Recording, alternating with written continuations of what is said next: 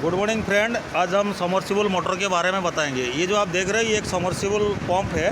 Submersible pump दो part में है। एक पंप पार्ट है, तो पीछे वाला पार्ट है ये पंप है, और बीच का जो है ऑयल चैम्बर है, और आगे का जो है वो इंडक्शन मोटर है।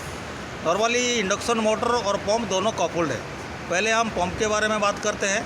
जो समर्सिबल पंप का जो पंप होता है वो सेंट्रीफ्यूगल पंप है। ये देखिए उनका पंप का एक पूरा असेंबल है। तो ये एक सेंट्रीफ्यूगल पंप है, और हम इसको डिस्मेंटल करके भी दिखाएंगे।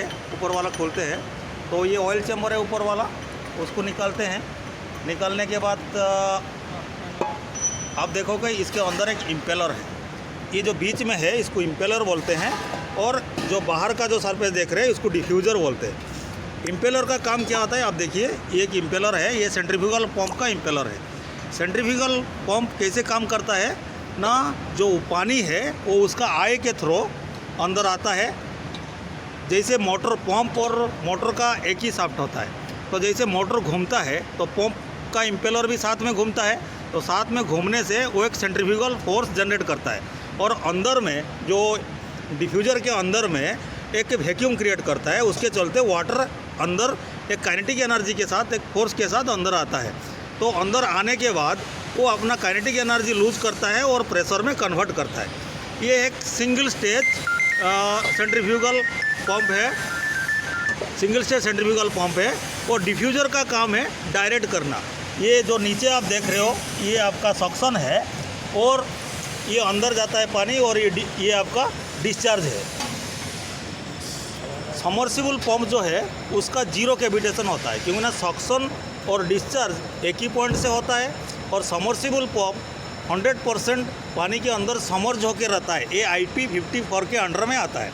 तो हम पहले पंप के बारे में देखें। पंप के अंदर एक इम्पेलर है, इम्पेलर के चारों तरफ डिफ्यूज़र है, और ये सक्शन है और डिस्चार्ज है।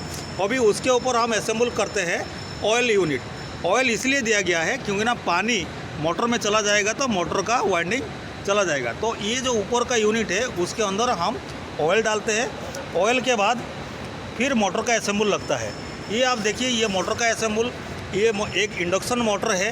ये इंडक्शन मोटर का रोटर है। आप देखिए ये रोटर जो है वो शॉर्ट सर्किट है। दोनों साइड से एक एंड रिंग लगा के इसको शॉर्ट कर दिया गया है, क्योंकि ना मैं आपको बताना चाहता हूँ जो समर्सिबल पंप होता है उसमें पावर का टॉर्क का रिक्वायरमेंट वेरी लेस है।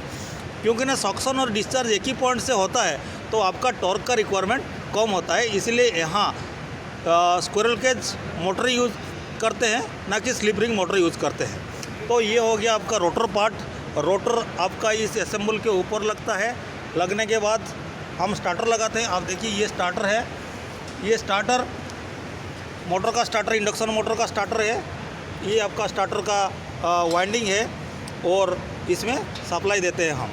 तो रोटर के साथ मोटर को और पंप को लगाते हैं। ये टोटल असेंबल, ये देखिए ये असेंबल होने के बाद ये एक समर्सिबल मोटर है। उसमें एडवांटेज क्या है ना, उसमें कैविटेशन किसी भी हालत में नहीं होगा।